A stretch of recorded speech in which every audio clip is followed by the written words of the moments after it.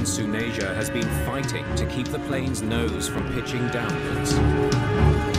Please, take control for a moment. He now assigns that task to his first officer. Control. So he can troubleshoot the problem himself. Very. The first officer is also having difficulty keeping the aircraft level.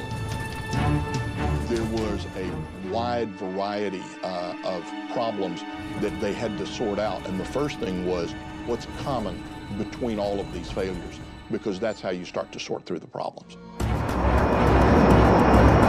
Flight 610 is flying erratically over the Java Sea and becoming increasingly more difficult to control.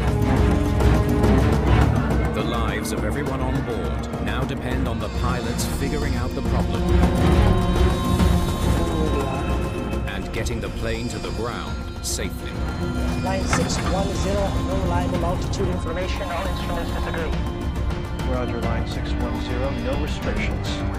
When an aircraft declares an emergency, the controller's #1 job is to provide assistance to that airplane. The controller allows Flight 610 to fly at any altitude the pilots choose.